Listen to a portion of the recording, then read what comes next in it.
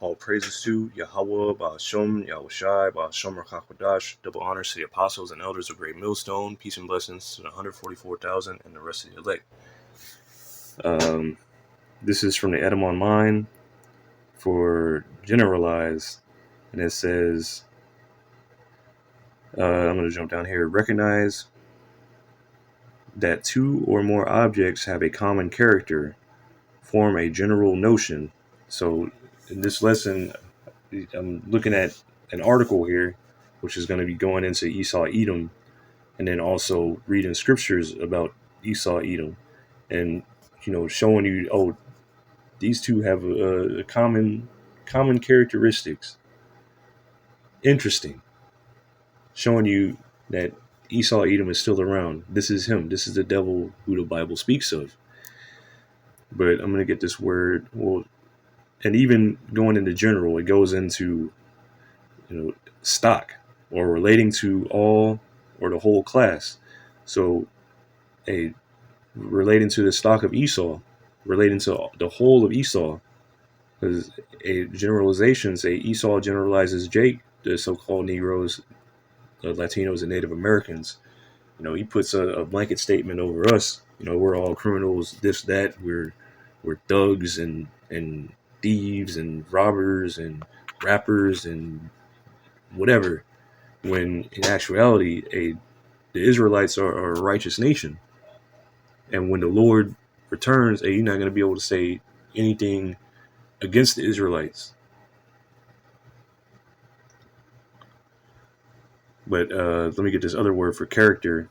This is a character from the Edom Online. It says a symbol marked, branded on the body, which going into charaks, being that part of the root word for charagma in Revelation 13:16. And the meaning of Greek character was extended in Hellenistic times by metaphor to a defining quality, individual feature, the sum of all qualities that define a person or thing and distinguish it from another. So Esau Edom has characters, qualities, characteristics or qualities that mark him or define him from other nations of people. Just like how Jake, the so-called Negroes, Latinos, and Native Americans, we have our own defining qualities. But this is the article I'm going to jump into. This is from the Justice or Justice.gov, or the Department of Justice website. It says former U.S. soldier turned foreign fighter extradited from Ukraine to the United States for 2018 double homicide, armed robbery, immigration, document offenses, aggravated identity theft, and other charges. A U.S. citizen will make his initial appearance in Fort Myers, Florida, following his extradition from Ukraine to the United States to face numerous charges in 3 federal districts relating to double homicide, armed robbery, false statements in a passport application, aggravated identity theft, and misuse of a passport in violation of conditions and restrictions, among other charges. So this dude has a whole rap sheet built up, the same way Esau Edom does. He tries to hide throughout the earth and whatnot, trying to hide what he does, but the eyes of the Lord are 10,000 times brighter than the sun. They see everything. You can't hide from Yahweh Ba'ashem Yahushai.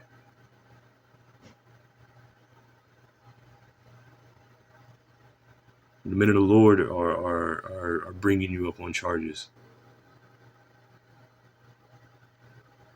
bringing up all your offenses, all your atrocities that you've done.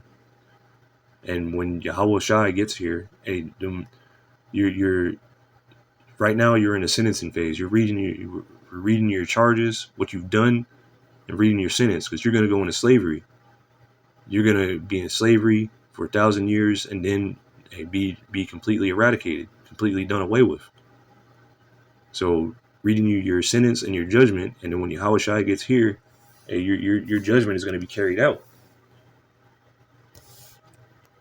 Continuing on, as alleged in the indictments, Craig Austin Lang went on an international crime spree that included a double murder in Florida, attempts to travel internationally to engage in other acts of violence outside the United States, and a plot to evade law enforcement detection by trading guns, a grenade, and cash to use another person's identifying information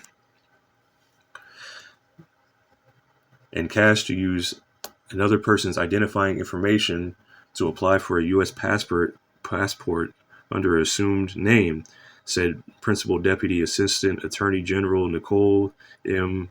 Argentieri, and so on, head of the Justice Department's Criminal Division. Lang's alleged conduct is shocking in its scope and callous disregard for human life. His wrongdoing, however, was no match for the efforts of dedicated law enforcement personnel and prosecutors in the United States and abroad to investigate, locate, arrest, and extradite Lang so he would face justice before the courts in the U.S. But hey, you might do all that, but hey, all these different organizations, government things, they're all wicked. How many Jakes have been thrown in prison on charges that they didn't do? How many people have been killed outright? You know, all the wickedness that they've done. How many people have been framed? Like, how much wickedness has this government in Babylon the Great done? But hey, when Yahushua gets here, hey, you're gonna be brought up on these same charges. Continuing, the alleged conduct of Craig Austin Lang, which includes homicide and armed robbery, will not be tolerated by the FBI, said Executive Assistant. Yeah. Individuals that engage in such activity must face Individuals that engage in such activity must face the consequences of their actions. And hey, they're Dalsayas, because all you wicked people, starting with you, Esau, Edom, you're gonna have to pay for all your crimes.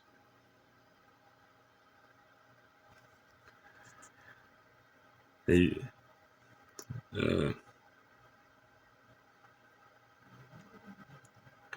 I'll continue reading. Individuals that engage in such activities must face the consequences of their actions. We would like to thank our partner law enforcement agencies for their efforts in ensuring that criminals face justice. If you cause harm to the American public, we will relentlessly pursue you, even if you are located beyond our borders. Hey, and when Yahushua comes, hey, all you Edomites, y'all are going to be rounded up wherever y'all are.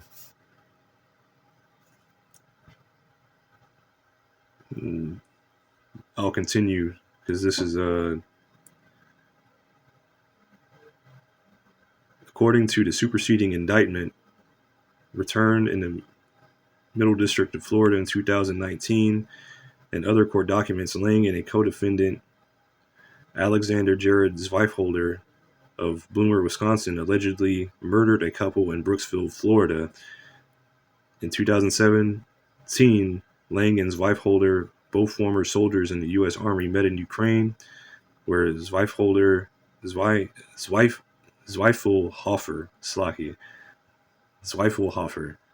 claimed that they were both members of a volunteer battalion fighting Russian separatists. The pair allegedly also traveled to Kenya, where Zweifelhofer claimed they intend to fight against terrorists before attempting to enter South Sudan. Hey, and all these places that they're going to, where they're traveling to different war zones, always in somebody else's backyard, and in somebody else's business where they have no business being there. Much like, a Babylon the Great, always in somebody else's business, always in somebody's backyard, always meddling in somebody's business or stirring up stuff in somebody else's business or whatever, so you can get something.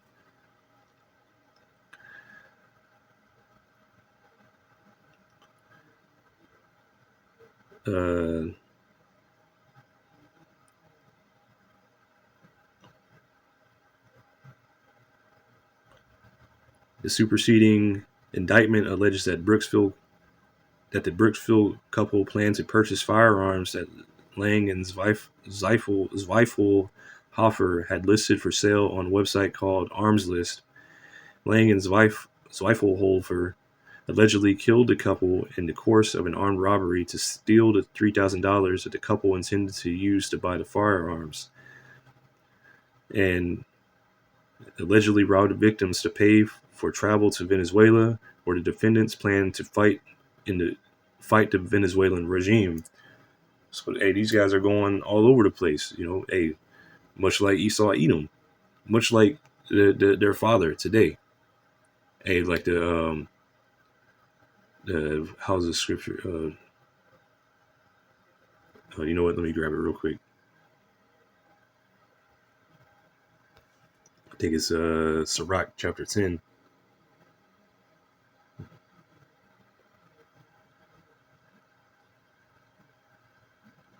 This is Sirach chapter 10 and verse 2. As the judge of the people is himself, so are his officers, and what manner of man the ruler of the city is, such are all they that dwell therein. So, hey, the people, the higher ups of this country, this is what they do. They go around, they steal from other nations, they steal their resources, they topple their governments, they set up their puppet leaders, they set up their puppet dictators, they set up their puppet governments. They go around doing all manner of wickedness. And so, if the rulers of the people are like this, then how do you think, the individual would be?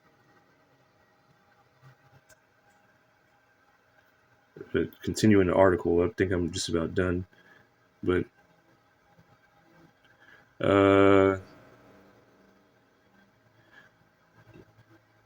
Lang and Zweifelhofer are charged with violating the Neutrality Act, conspiracy to kill, kidnap, maim persons in a foreign country, conspiracy to interfere with commerce by robbery, and conspiracy to discharge a firearm during and in relation to a crime of violence, as well as interference with commerce by robbery and use of firearms during and in relation to a crime of violence causing death.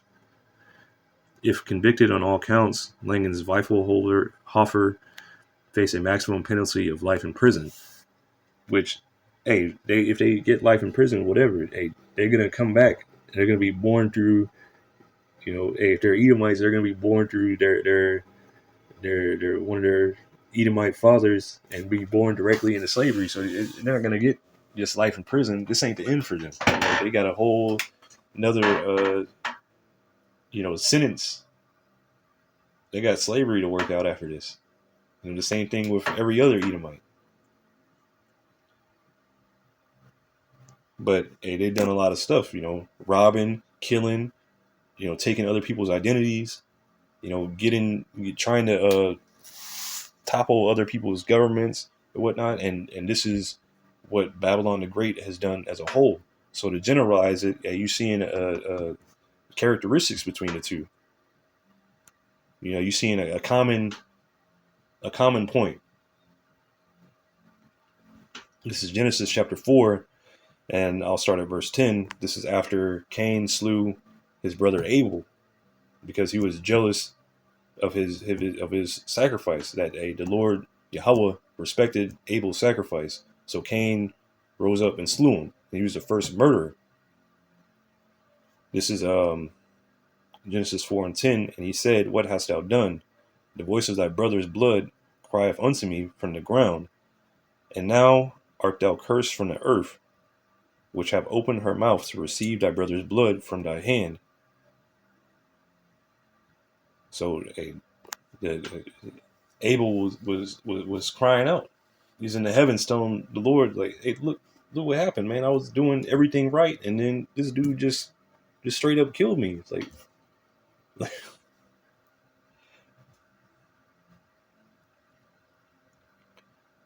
verse 12, "For when thou tillest the ground, it shall not henceforth yield unto thee her strength," which is why you see today, Esau Edom, the so-called white man, always has to use different chemicals, different things to try to get his crops to grow. And all it does is cause more problems. Like the earth is not yielding its strength to him. A fugitive and a vagabond shalt thou be in the earth. And let me get this word for fugitive. This is H5128, no Y, and it says to continually, to make, to go, to be gone away, basically like an exile, to scatter, to be a vagabond, to quiver, totter, shake, to wander, to toss about, to shake, disturb. Uh, but basically, let me get another word for it.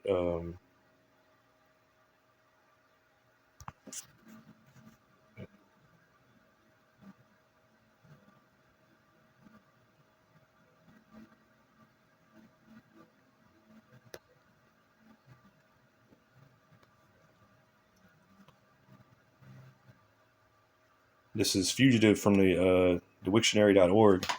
Says a person who flees or escapes and travels secretly from place to place and sometimes uses disguises and aliases to conceal his or her identity as to avoid law authorities in order to avoid an arrest or prosecution or to avoid some unwanted situation.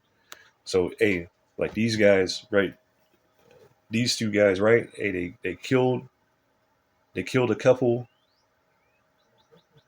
They went and tried to get some different passports, trying to get some different passports, take on different identities. Well, this is Cain. This is him. He has to put on different identities. This is Esau.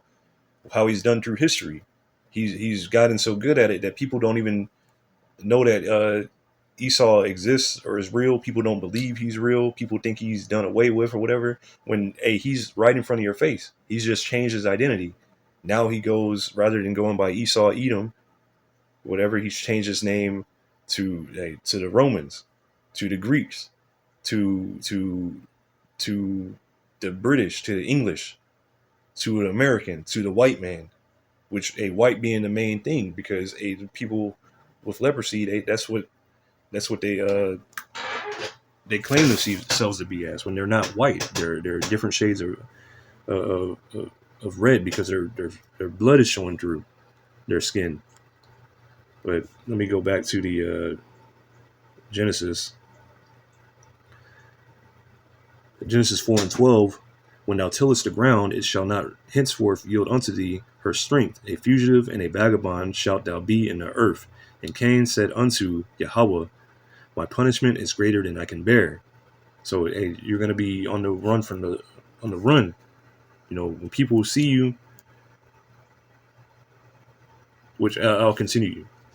Genesis 4:14. Behold, thou hast driven me out this day from the face of the earth, and from thy face shall I be hid, and I shall be a fugitive and a vagabond in the earth. And it shall come to pass that every one that findeth me shall slay me.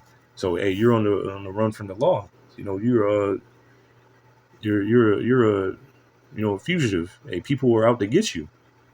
And Yahweh said unto them, therefore, whosoever slayeth Cain, vengeance shall be taken on him sevenfold.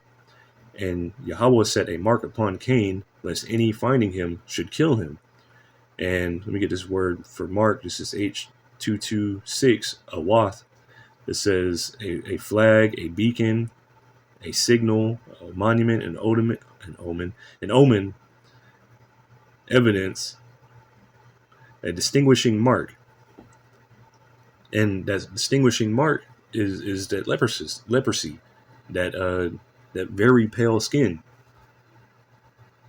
Because all the world at this time were dark, and this is what set him apart.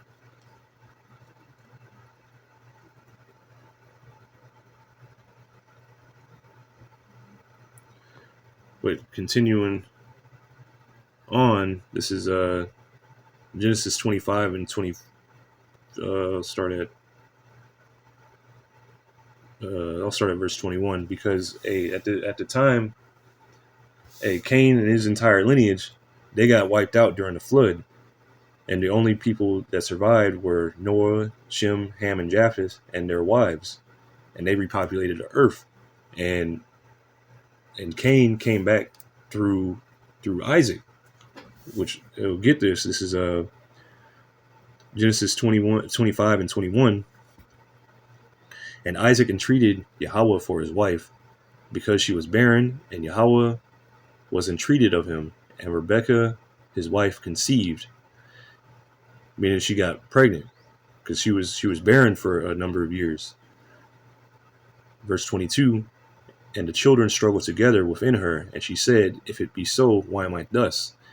And she went to inquire of Yahweh. So she went to a prophet to ask what was going on in her, what was going on in her womb. Like why, because the babies in the womb, being the reincarnation of Cain and Abel, are having an all out brawl in the womb. And Yahweh said unto her, two nations are in thy womb, and two manner of people shall be separated from thy bowels, and the one people shall be stronger than the other, and the elder shall serve the younger. So, two manner of people, these are two separate nations. These are two different kinds of people. You have the righteous and the wicked being in the womb now. But verse 24, and when her days to be delivered were fulfilled, behold, there were twins in her womb. And the first came out red all over like an hairy garment, and they called his name Esau, which is Ishashwa, which means wasted away is he. But you go to click on the word and it'll say hairy, but it means wasted, because uh, he came out red all over. He came out looking like a stillborn.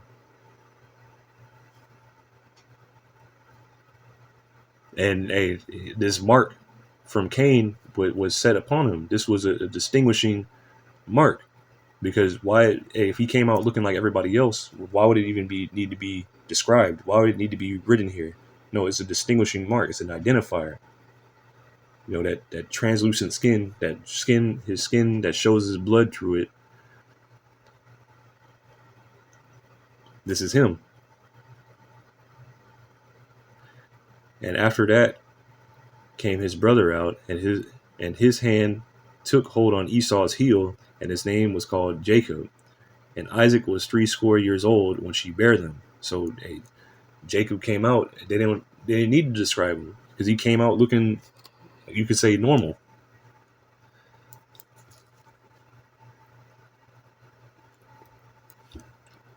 But also, Jacob grabbing Esau's heel is symbolic. You have in symbolic of the rulership, because Esau is prophesied to be ruling in the end times, and Jacob is prophesied to be ruling after Esau. Second Ezra 6 and verse 9, I believe. And then also in Daniel 2, Daniel 7, going into the statue and the four beasts. And then when Yahushua came, it's the kingdom of heaven after that. But these things are important, symbolic. But continuing on, and the boys grew, and Esau was a cunning hunter, a man of the field, and Jacob was a plain man dwelling in tents. And Cain, he was the first to use that weapon, which Cain, Kwayan, means weapon. And so Esau carrying that torch, that carrying on that trait of using weapons. He's a cunning hunter, which means this is H3045 Yadai, which means to be knowledgeable, or to be wise, to know, to be skillful. So Esau was a very skillful hunter. And if you look up, you can do that right now. I could just let me see.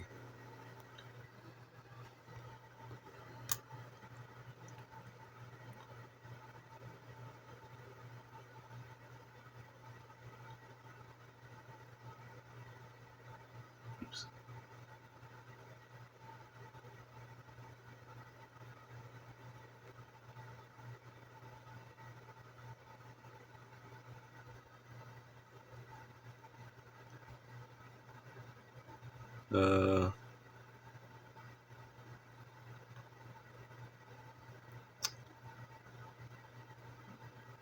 Dang.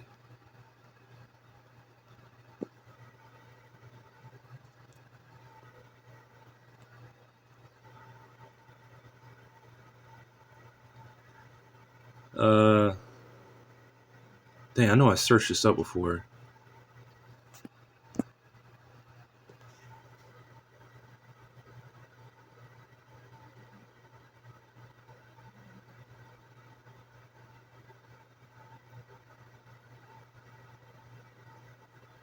Hold on, let me just look at this then. But I know I've looked this up before, and then what it'll say is Esau Edom.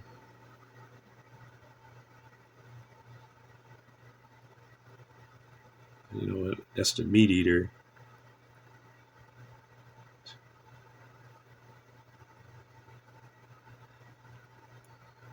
When you see a hunter sitting in whether you see a hunter sitting in a tree stand or crouching in a duck blind or bugling bulls on a mountainside, you can predict something with 91% certainty. You're looking at a white guy of European stock, which they're not of European stock. They go back to Esau. But let me see here.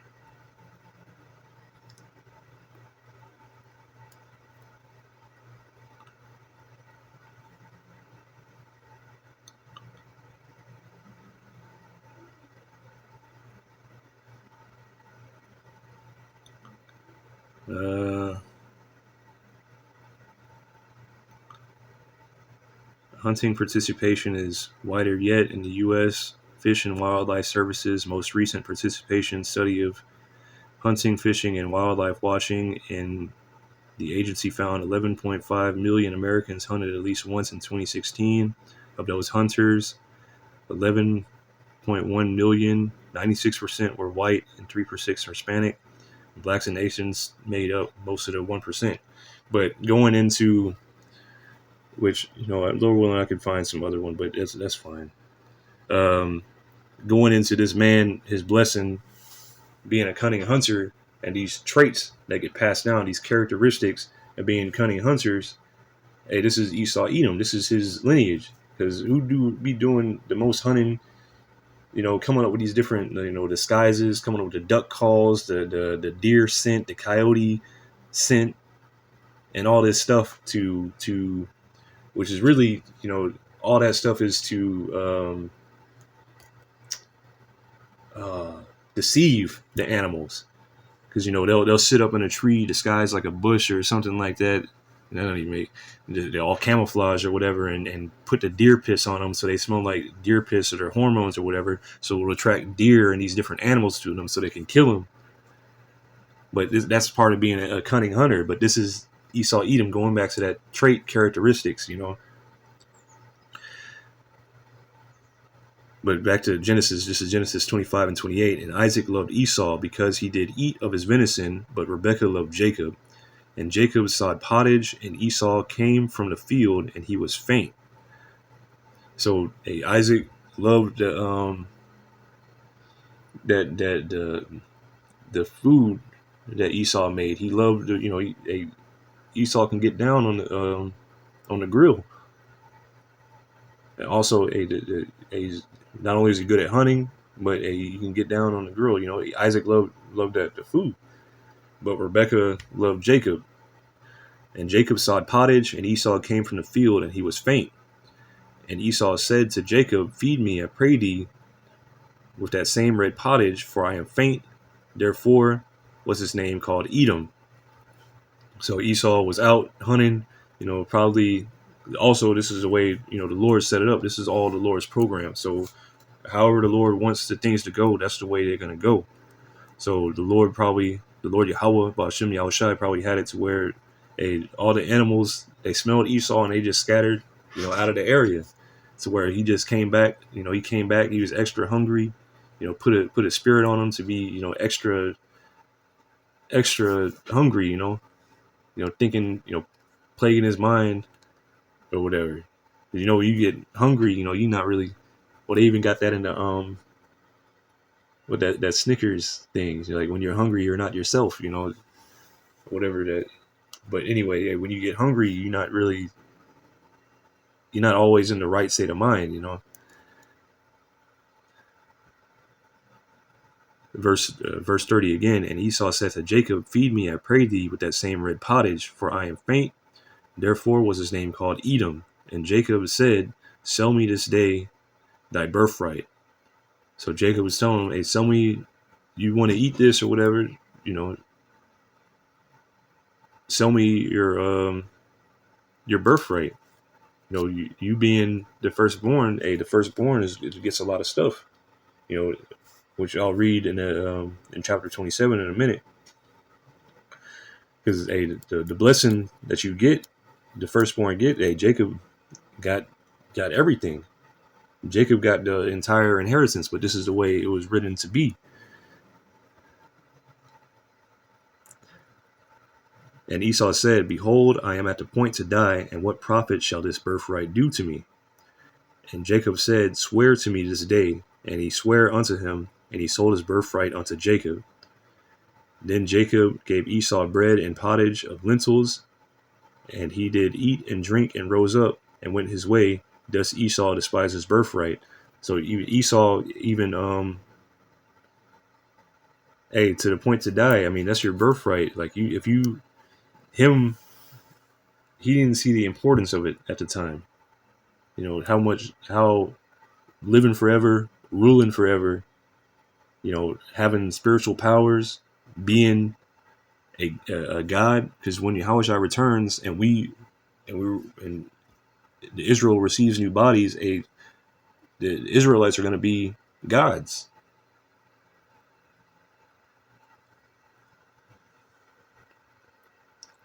Where you're never going to die.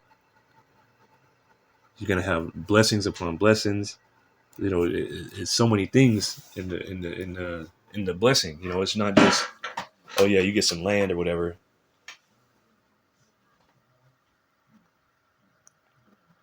But I'm going to go to Genesis 27 and 38. And Esau said unto his father, hast thou but one blessing, O my father? Bless me even so, even me also, O my father. And Esau lifted up his voice and wept. Because this is after Jacob came and like his name says, he supplants. He's a supplanter. So he came and got the blessing from Isaac while Esau was out hunting. But Esau wasn't supposed to receive the blessing anyway, because one, he already sold it, and two, it wasn't written to happen that way. And verse 39, and Isaac his father answered and said unto him, behold, thy dwelling shall be the fatness of the earth and of the dew from heaven above, and by thy sword shalt thou live, and shalt serve thy brother. And by thy sword shalt thou live, and shalt serve thy brother. And it shall come to pass, when thou shalt have the dominion, that thou shalt break his yoke from off thy neck. So you're gonna live by your sword. Esau is a cunning hunter. And being a cunning hunter, he goes into deception. His word, his tongue, not only his sword, his guns. This man has a whole arsenal.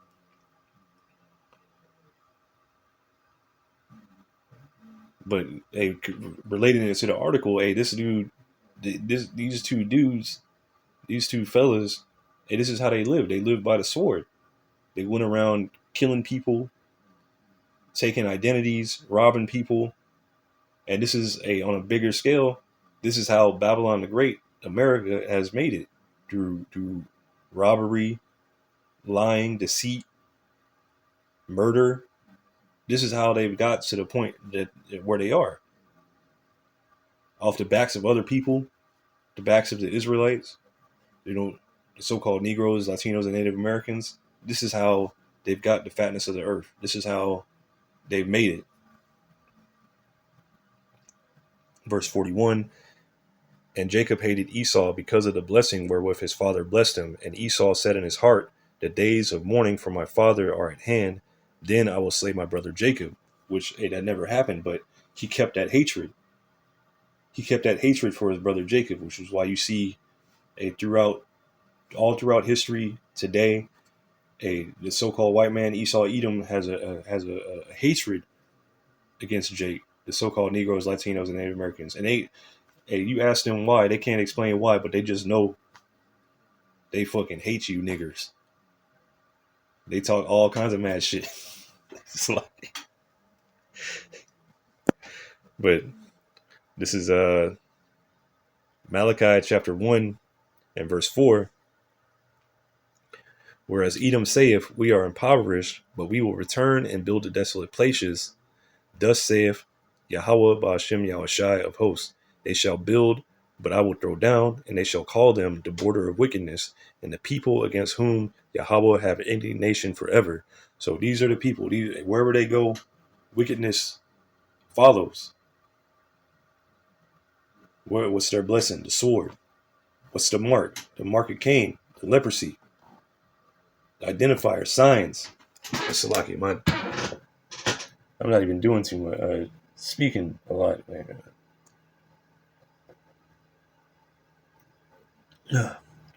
Voice getting hoarse.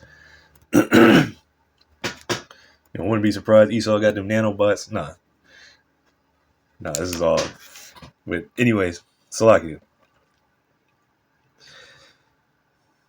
But hey, they'll be known as the border of wickedness. That border, and they're also the wicked. You have the nation known as the righteous, Israel, and the nation known as the wicked, Esau, Edom. And wherever they go, wickedness follows. Hey, like in the article, they went to go sell some weapons, deceiving the people, end up robbing them and killing them, taking that money, fleeing to another country, and doing wickedness over there, trying to overthrow their government, their economy, and then going and fleeing to another place. This is what a fugitive, a vagabond will do. And this is what Esau, Edom as a whole has done all over the world. Wherever they go, wickedness follows. Wherever they go, wickedness is right there.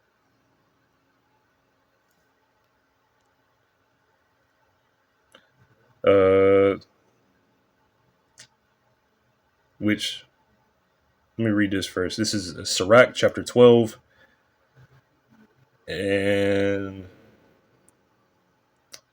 verse 10. Never trust thine enemy, for like as iron rusteth, so is his wickedness. So Esau, Edom is your enemy. Always. Is always going to be your enemy. All throughout history, he's proved that he's your enemy. Every treaty, I believe over 500 treaties that Babylon the Great, aka America, Esau, Edom has made with the so-called natives, they broke every one. Look at how they treat their own people. Look at how they treat the Negroes here. And he's always proved himself to be an enemy. Even when he's trying to be friendly, he's got something up his sleeve. He's got something behind his back. He's got something in that contract to trip you up. He's got something, a lucrative deal, which turns out to be a loan that you'll have to pay back and you won't get any money. So you just made him a bunch of money. But going back to the curses, you'll be the head, you should be the tail. Or he'll be the head and you'll be the tail. But this is Sirach 12 and 11, that we humble himself and go crouching, yet take good heed and beware of him. And thou shalt be unto him as if thou hast wiped a looking glass, and thou shalt know that his rust have not been altogether wiped away. So Esau, Edom, you'll know by you'll know. You have to take heed of him, beware of him, because even though politicians every election cycle, whatever like that, what do they go to do? They go to a place where Jakes are. They go try to do something, kiss a baby, whatever like that, and then try to get them to vote for him. And then afterward, they don't do anything for him. Matter of fact, they probably do worse for him. Verse 13: Who will pity a charmer that is bitten with a serpent, or any as such come nigh wild beast? Like them people that that got murdered. I mean, who feels bad for them? I mean, you're dealing with Esau Edom.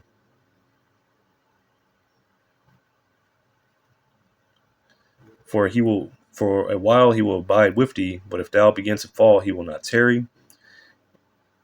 An enemy speaketh sweetly with his lips, but in his heart he imagineth how to overthrow thee into a pit. He will weep with his eyes, but he will find opportunity. But if he find opportunity, he will not be satisfied with blood. So, like the article, hey man, he spoke sweetly. That seemed like a good deal. Whatever weapons some people wanted to buy, he got in there and then got them. Spilled blood over him, and then still wasn't satisfied. Had to go keep spilling some more blood. If adversity come upon thee, thou shalt find him there first, and though he pretend to help thee, yet shall he undermine thee. And it reminded me, like when I was younger, I was like 13. I was at a skate park like with my cousin and my neighbor, and my neighbor was like a crackhead or some shit. And he asked this dude if he could use his phone. And this time, cell phones were just getting real popular or whatever like that. And so the dude, he let him use his phone or whatever like that. And the crackhead neighbor, he ended up, walking to the woods and then coming back, and he had put his phone in his pocket and stuff, and being like, "Oh man, like I must have lost your phone," like, "Oh man, I'll even help you look for it." And he's like, "Damn, this is like, bro, that's fucked up." But this is Esau Edom, Hey, he's pretending to help the world and all this stuff like that. Hey, and meanwhile, while he's pretending to help you, hey, like in Africa digging wells and all this stuff, meanwhile he's looking at your resources, looking what he can steal from you, looking what he can take, looking what he can do to further himself.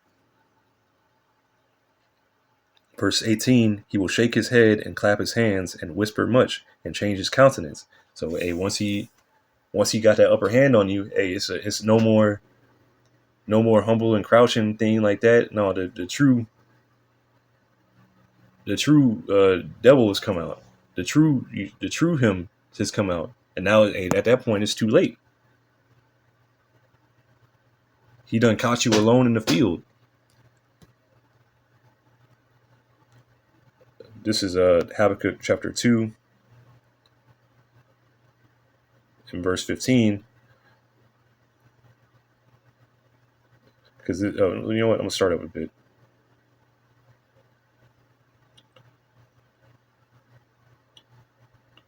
This is Habakkuk 2 and 5. Yea, also because he transgresseth by wine, he is a proud man, neither keepeth at home, who enlargeth his desire as hell, and is as deaf, and cannot be satisfied. So, hey, this man, like these people here, they had their desire. They had so much desire to go cause chaos or whatever they were doing, traveling country to country, doing all manner of wickedness. And they're as deaf. Hey, they can't be satisfied. They got to do more killing, more this and that. But as a whole, this whole Babylon the Great, they transgressed by wine, their philosophies. What did they? They polluted the whole world with this alphabet agenda. They polluted the whole world through their economics, through their different policies, through their way of thinking. He is a proud man. Hey, this country is a very proud country. It says that in Daniel 7 too. He was more stout than his fellows, more proud. Neither keepeth at home. This man is always in somebody else's business. His home is in Edom, in Petra. Here it is. He's taken over the whole world, taken over other people's lands, moved their borders, kicked the people out of the land. This is how he's got the fatness of the earth, through his sword. Who enlargeth his desire as hell, and is as deaf, and cannot be satisfied, but gathereth unto him all nations, and heapeth unto him all people. And this is Babylon the Great. This is that great melting pot. You look up the great melting pot, it's going to pull up America. It's going to show this place. This place goes to America, Babylon the Great, through its military, through its diplomacy. All this goes to other lands, either destroys their economy, destroys the place, make it the place a like Gaza. They've completely displaced them people over there, and what are they doing? They're the Babylon the Great is sending the small hats, the weapons and whatnot, and then what is Babylon the Great do? They give the people that are displaced, they give them asylum here, so to bring the people over here. So yeah, bring all the people over here. We'll kick them out of their land and just bring them over here, and we'll just take over their land. We'll take care of the land for you. Don't worry about it. Verse 6, Habakkuk 2 and 6, shall not all these take up a parable against him, and a taunting proverb against him, and say, woe to him that increaseth that which is not his, how long? And to him that ladeth himself with thick clay. And that everything that Esau he has gotten through lying, deception, murder, robbery.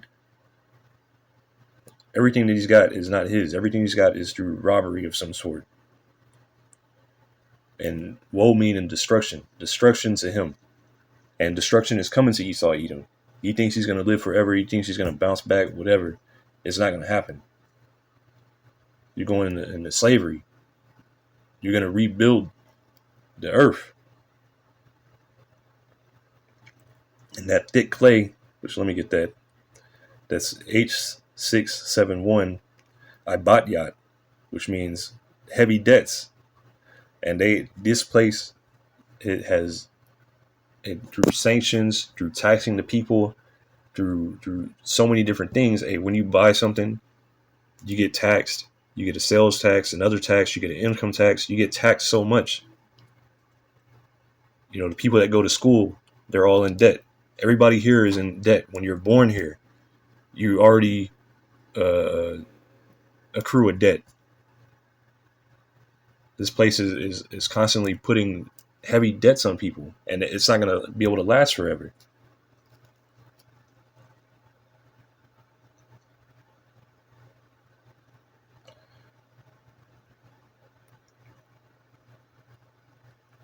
Shall they not rise up suddenly that shall bite thee, and awake that shall vex thee, and thou shalt be for booties unto them? So, all these different nations that you tread over, and they're going to wake up. All these people here, they're waking up to your injustice. The Israelites here, we're taking up words against you.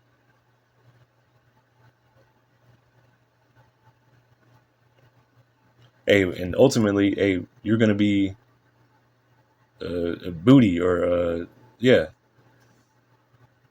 going to take you captive. Ultimately, the Israelites are going to take the Edomites captive. They're going to be our slaves. Because thou hast spoiled many nations, all the remnant of the people shall spoil thee, because of men's blood, and for the violence of the land, of the city, and of all that dwell therein. So, you're going to be spoiled now. You spoiled the whole world. Now you're going to be spoiled. Let me see here. This is Micah chapter 2. And I'll start at verse 1. Woe to them that devise iniquity and work evil upon their beds. When the morning is light, they practice it, because it is in the power of their hand. So these people, they devise different, from the high up to the low. Because this dude here is a low level Edomite, but as a reflection or a generalization of the whole, this is what they all do. Because the elites are devising different ways to get Esau, or not Esau, to get Jake, snared, or to kill us. They're coming out with the MOTB. You have the WEF that's making different plans how to reduce the population. You have Kill Gates with his different jabs. His different diseases that he's putting out there.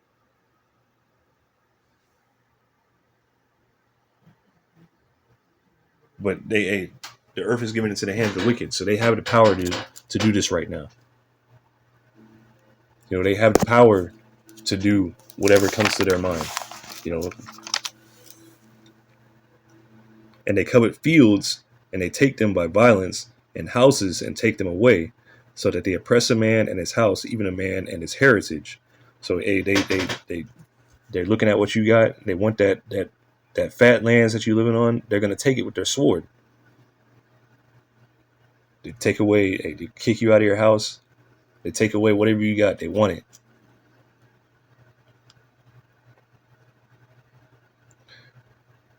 Therefore, thus saith Yahweh, Ba'ashem Yahushai, behold, against this family do I devise an evil, from which ye shall not remove your necks, neither shall ye go haughtily, for this time is evil. So, the evil, all the evil that you've done in the world, evil is going to return onto you, and you're not going to be able to escape from it. Your so-called white privilege card ain't going to work no more. You're get out of jail free. You're, oh, my father's a senator, this, that, whatever. I can just buy my way out of this. Hey, that ain't gonna work no more, because you ain't gonna be able to buy your way out of this ass whooping.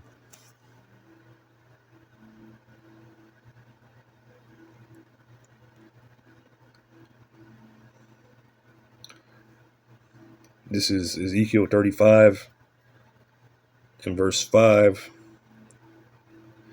Because thou hast had a perpetual hatred, and hast shed the blood of the children of Israel by the force of the sword in the time of their calamity, and the time that their iniquity had an end. Therefore, as I live, saith the Lord Yahweh, Ba'ashem Yahushai, I will prepare thee unto blood, and blood shall pursue thee. Since thou hast not hated blood, even blood shall pursue thee. So you had a perpetual hatred against your brother Jacob. All the wickedness that you've done to Israel, to the Lord's elect, this is gonna be repaid back to you. All the lynchings, everything throughout history, and that's a long time, and it's gonna be paid back to you double. Thus I will make Mount Seir most desolate, and cut off from it him that passeth out, and him that returneth. And I will fill his mountains with slain men, in thy hills and in thy valleys and all thy rivers, and they shall fall that are slain with the sword. So, I will make thee perpetual desolations, and thy cities shall not return, and ye shall know that I am Yahweh, Ba'ashem Yahushai. So, you're gonna pay for everything. Babylon the Great is gonna be a complete wasteland, desert. Everything that you built up here, this nation that took you so long to build up, is going to be completely wiped out in an hour.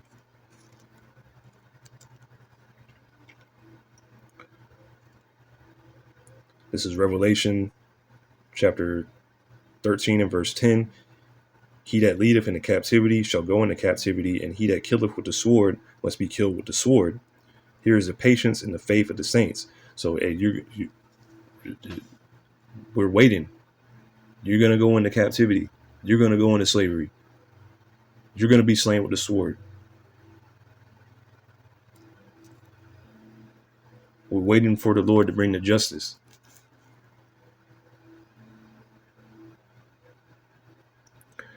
This is Isaiah chapter 14, and I'll start at verse 1. For Yahweh will have mercy on Jacob, and will yet choose Israel, and set them in their own land, and the strangers shall be joined with them. Meaning, Israel is going to be united again. We're going to be brought back to Israel, our homeland, Israel, and the strangers, meaning the Israelite foreigners, and they shall cleave to the house of Jacob, and the people shall take them and bring them to their place, and the house of Israel shall possess them in the land of Yahweh for servants and handmaids. So, we're going to possess we're going to possess these other nations, starting with Esau, Edom. And they shall take them captives, whose captives they were, and they shall rule over their oppressors.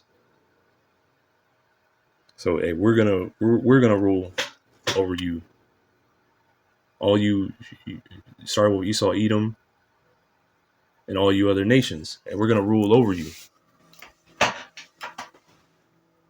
And it shall come to pass in that day that Yahweh shall give thee rest from thy sorrow, and from thy fear, and from the hard bondage wherein thou was made to serve. So, hey, we're gonna have rest. All you, Esau, Edom, this is your rest. This is your heaven. And look what you've done with it. When Yashar Allah, he is the Prince of power. When we get our rest, and we're truly gonna rest. And you're not gonna have any kind of rest. You're gonna be waking up all hours of the night. Might not even be able to sleep. Like here, us, you constantly waking up all hours of the night, getting bad sleep, back hurting, leg hurting, neck hurting, all that stuff. Hey, you're gonna feel that. You're gonna feel it. But anyway, let me see here. I had Romans, but Lord willing, I can.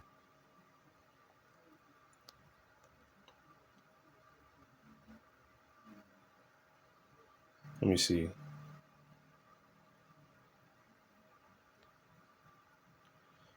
Romans 9 and 10. And not only this, but when Rebekah also had conceived by one, even by our father Isaac, for the children not yet born, neither having done any good or evil, that the purpose of the Most High Yahweh, Ba'ashem Yahushai, according to election, might stand, not of works, but of him that calleth. So let me get this word, election. This is G1589, ekloge. This means selection or chosen, the act of picking out, choosing.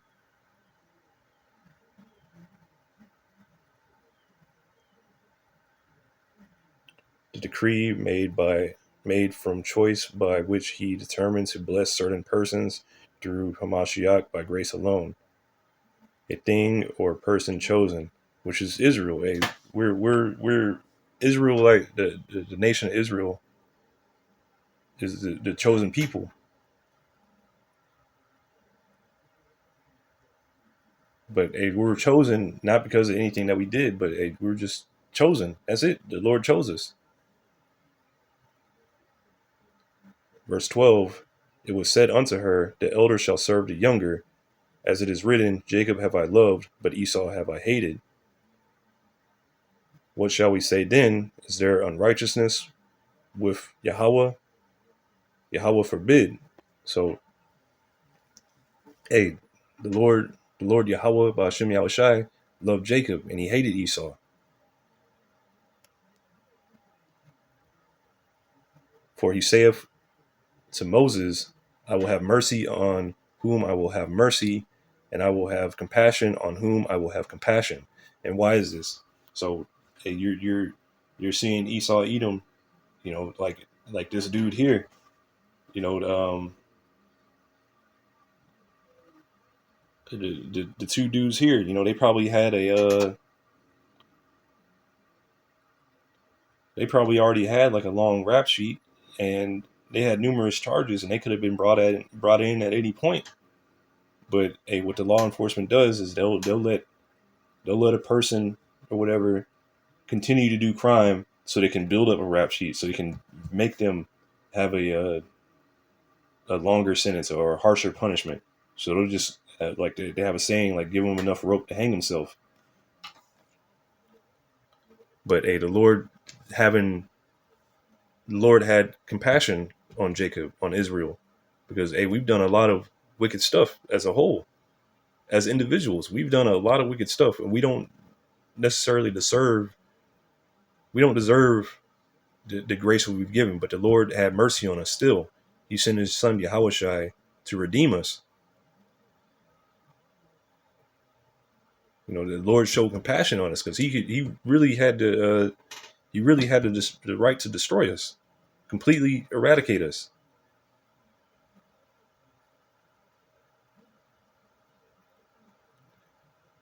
Verse 16. So then it is not of him that willeth, nor of him that runneth, but of Yahweh Ba'ashem Yahushai that showeth mercy. So Yahweh Ba'ashem Yahushai is showing mercy to us by sending men, by first sending his son Yahushai,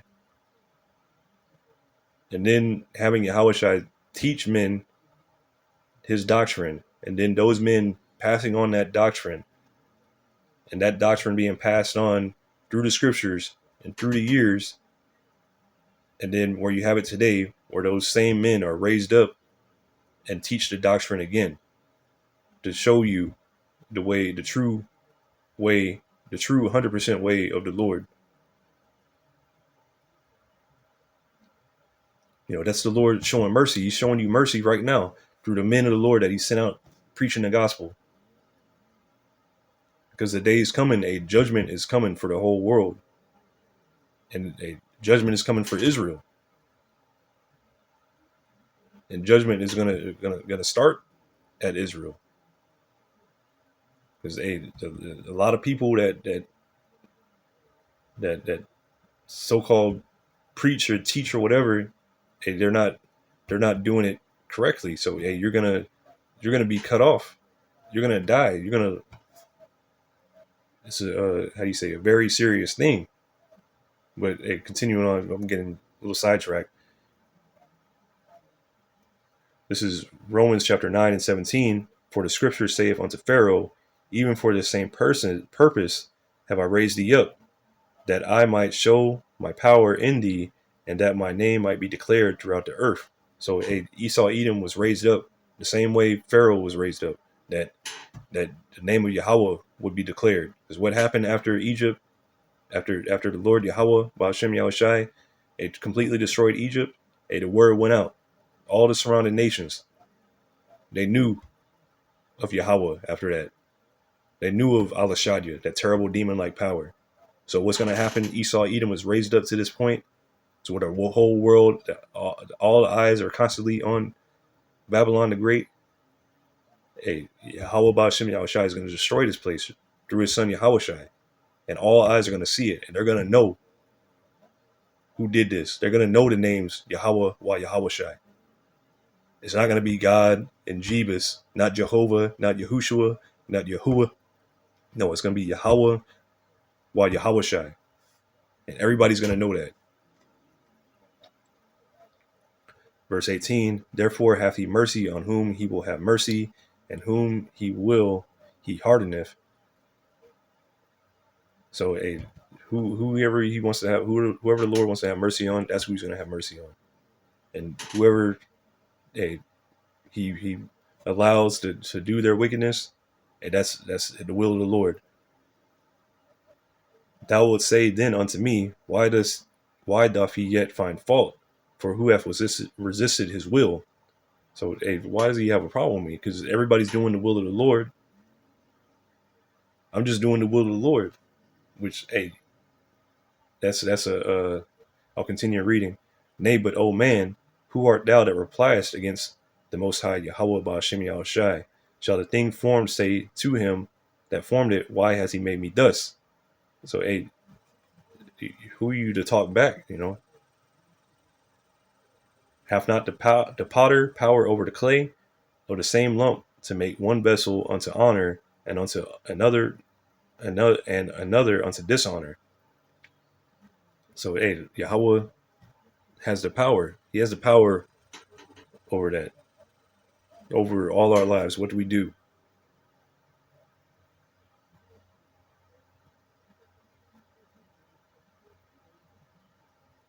And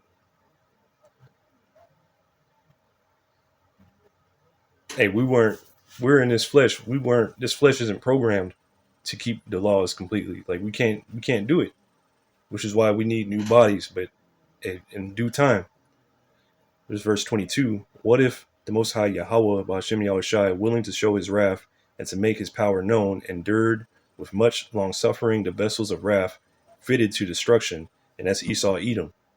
He's enduring with much long suffering. He's allowing them to do this.